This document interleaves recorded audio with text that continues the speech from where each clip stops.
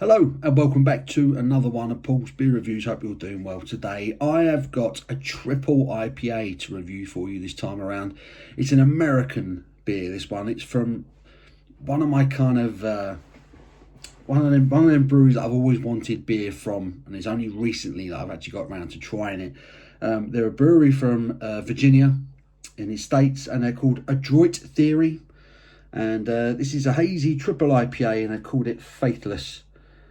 And I've got to say off the bat, that is some of the most beautiful artwork I've ever seen on a beer can. I've been staring at it ever since I got the can.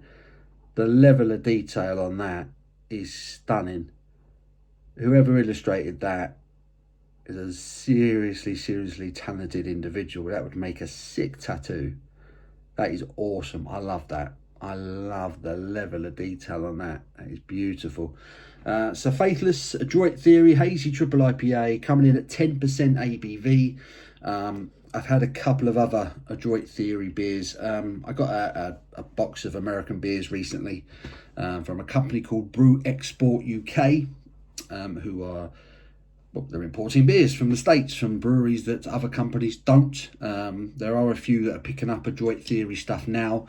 They're known for their big IPAs. They're known for their crazy sours. They do these big, like, thick milkshake sours. If you follow their socials, they do like Oreo, like peanut butter and Oreo, like shakes, and they pour them and they're just thick, milky. They look incredible. So anyway, I'm going to quit waffling. I'm going to get this big 10% triple IPA out of the can into a glass and see if it's as good as I'm hoping it's going to be. So I've had a couple of Adroit Theory beers from this box, and they have been absolutely outstanding. And I've kind of been hanging on to this one because really I wanted to show off the can. It's just a stunning piece of art. I'm going to take the label off of this can when I'm done with it and just stick it up on the board behind me, because I think that is a work of art. That is stunning. I'll keep that there. Faithless. There's the beer in the glass, and it's certainly hazy. And for a 10%er, that's got quite a bit of body on it, and it's got quite a bit of head on it.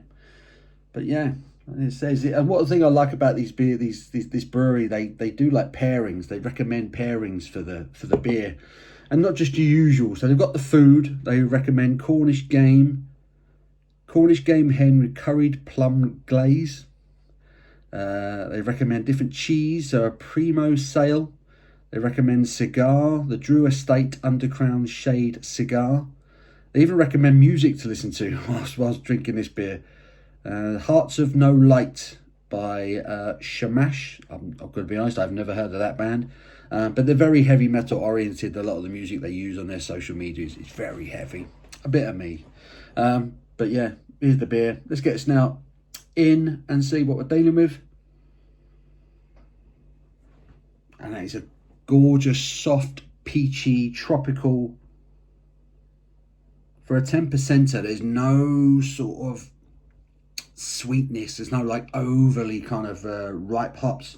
This beer was canned just under 3 months ago. It says on the bottom, packaged on the 8th of April. So it's not even 3 months old, which I think is a good amount of time for an IPA this strong to settle, because you can get strong IPAs that are really fresh, and sometimes they're too fresh. They're just almost green.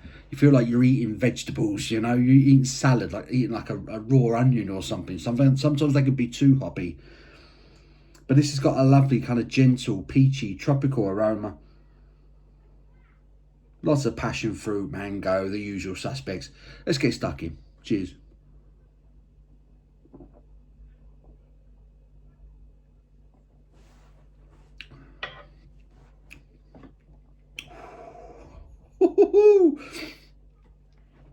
Oh, wow. Wow.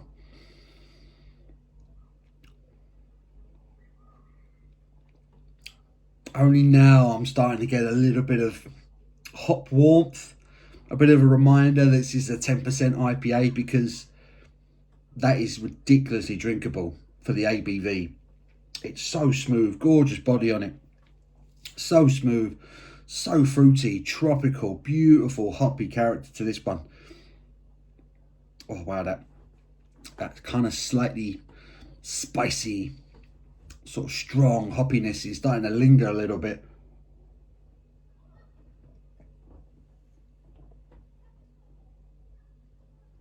front and centre. It's slightly herbal. Big passion fruit, big mango. Really pronounced. It's a triple IPA. But you know what? It's a drinkable triple IPA. Sometimes you get triples that are just like, whoa, almost like gum-strippingly hoppy. This is like, it kind of tastes more like a sort of a super fresh double IPA, I guess. Having seen this, it's been in the can for a few months now. It's absolutely glorious. It is absolutely glorious. You take into the account that it was canned 3 months ago. It's crossed the Atlantic. It's got here. And it still tastes that good. Of course, warming me up. I mean, it is like 30 degrees today. It's absolute scorcher. So probably a triple IPA, probably not the best style of beer to be drinking, but I really fancied it. Still loads more in here. Let's see if I get any hoppy floaters or anything in the bottom of this. Oh yeah. There are some hoppy bits and bobs that came out of that. You might see them at the bottom of the glass there. See all my little hoppy bits and bobs. All the good stuff. All the stuff that's not quite disintegrated into the beer.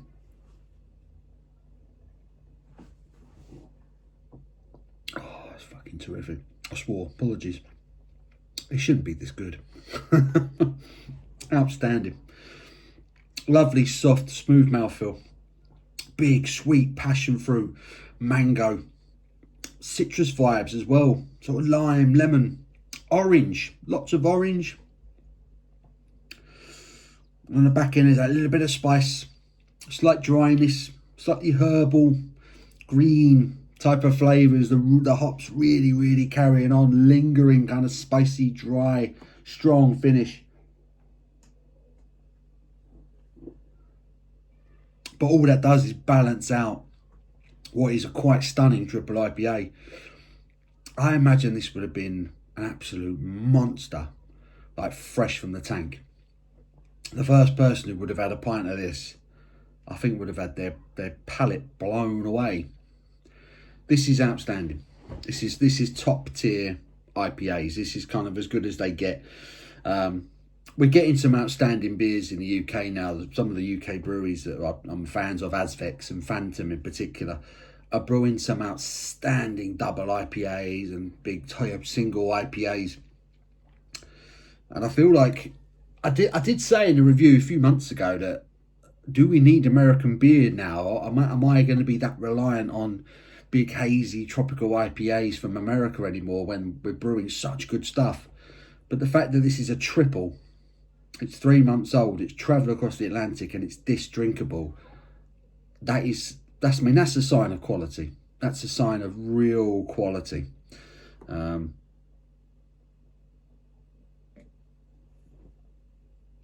Did the picture on my phone just dim there? I'm not sure what happened. Never mind. We continue. This is glorious. Absolutely glorious. Adroit Theory. They've been on my list of kind of like a bucket list brewery for me. They're a brewery I've wanted beer from a long time. The artwork on their cans is always outstanding. The look of the beers, the way they promote them on their social media always looks fantastic. And they haven't disappointed. I've had like 3 or 4 from the box from Brew Export, and they've all been absolutely outstanding. They say you shouldn't meet your heroes, but in this case, it's been a good result. I've enjoyed every second of it.